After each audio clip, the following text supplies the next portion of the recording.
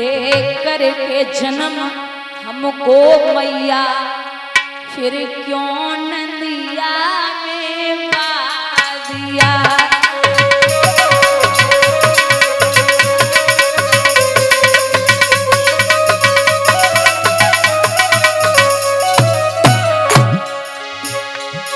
देख करके जन्म हमको मैया, फिर क्यों नदिया में बहा दिया।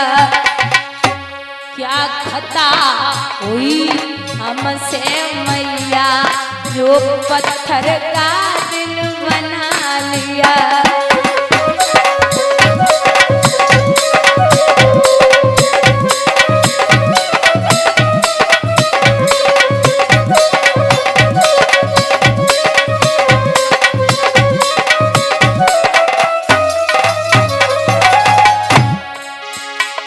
इतना यदि कष्ट उठाया था तो थोड़ा और उठा लेती। जन्मा था यदि मेरी मैया, तो मेरा गला घोंट देती। मेरे संग में तूने बुरा किया, हमको दर दर भटकाए दिया।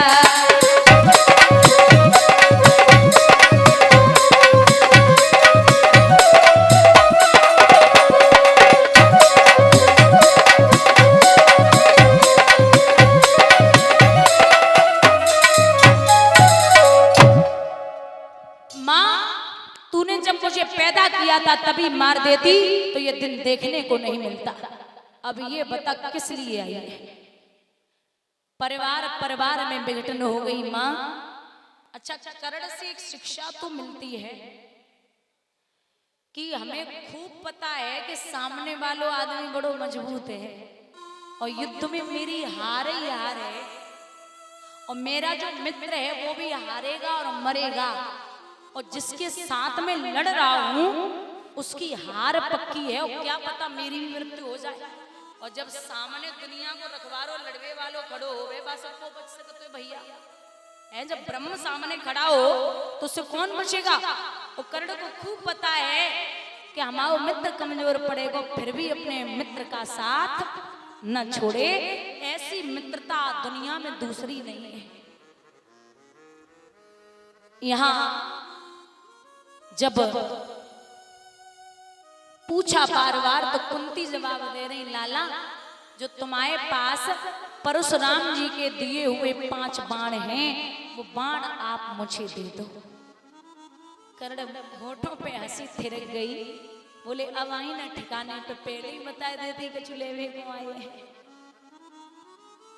और एक बात याद रखना, ये बाण परशुराम जी ने तब दिए थे कर्ण को जब ये कर्ण छुप करके परशुराम जी के यहाँ विद्या अध्ययन करते थे।